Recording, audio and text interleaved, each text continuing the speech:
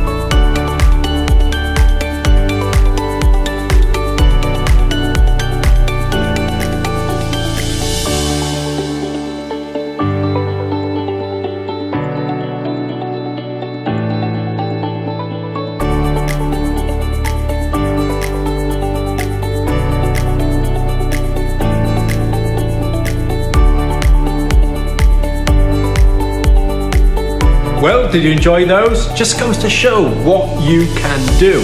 I can do it, my colleagues can do it, so can you. There is nothing stopping you. There are obviously a lot of things involved in renovating a property, refurbishing properties to increase its value. But hey ho, if you've got a passion for it and it's something that you want to get involved in, there's no better way than now. Anyway, if you like this video, please give it a like, a share, tell the world what we do, share it, and I'll share some other tips and tricks in another video coming shortly. Till next time, ciao for now.